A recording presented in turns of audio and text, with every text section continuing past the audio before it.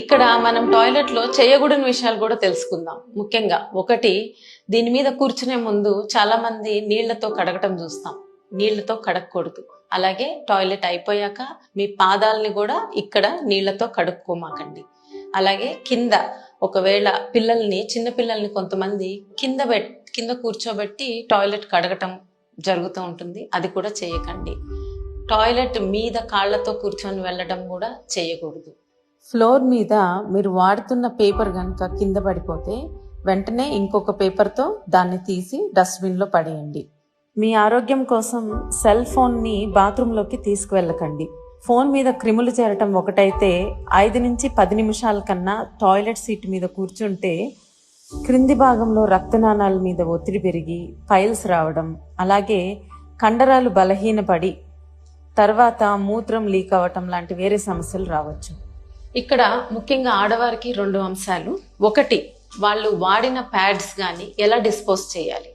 మీరు వాడిన ప్యాడ్ ఉంటే దానిని క్లోజ్ చేసేసాక టాయిలెట్ పేపర్ తీసుకోండి. కేవలం ఒక 2 షీట్స్ తీసుకుంటే చాలు.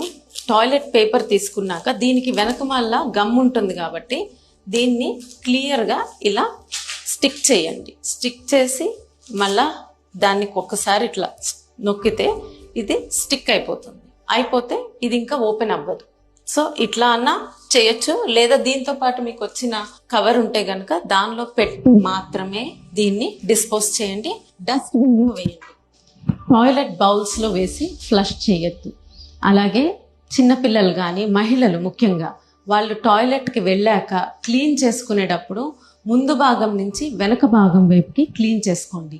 ఎందుకంటే మహిళలకి చాలా సున్నితంగా ఉంటుంది, తేలికగా యూరిన్ ఇన్ఫెక్షన్స్ వస్తాయి. సో మహిళలు టాయిలెట్ అయ్యాక కంపల్సరీ ముందు నుంచి వెనక వైపుకి క్లీన్ చేసుకోవాలి.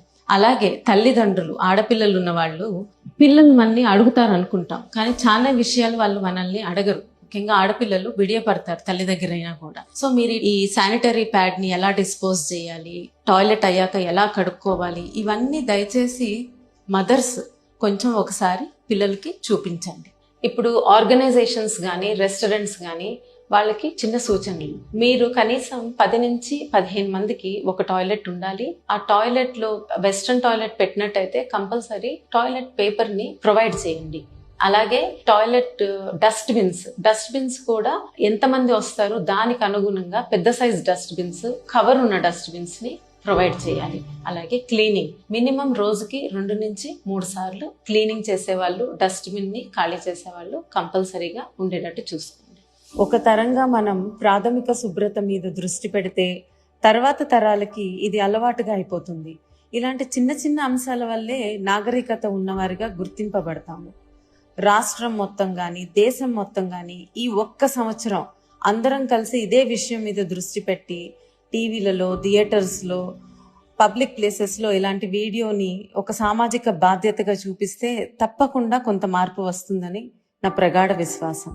చివరిగా నేను పేరెంట్స్ని రిక్వెస్ట్ చేసేది ఏంటంటే, ఒక్కసారి మీ పిల్లలతో వెస్ట్రన్ టాయిలెట్ కానీ సింక్ కానీ ఇలాంటి ప్రాథమిక పరిశుభ్రతకు సంబంధించిన విషయాలు దగ్గరుండి చూడండి, వాళ్ళు సరిగ్గా వాడుతున్నారో లేదో. అలాగే పిల్లలు కనుక ఈ వీడియో చూస్తుంటే మీ పేరెంట్స్కి కూడా నేర్పించండి. Thank you.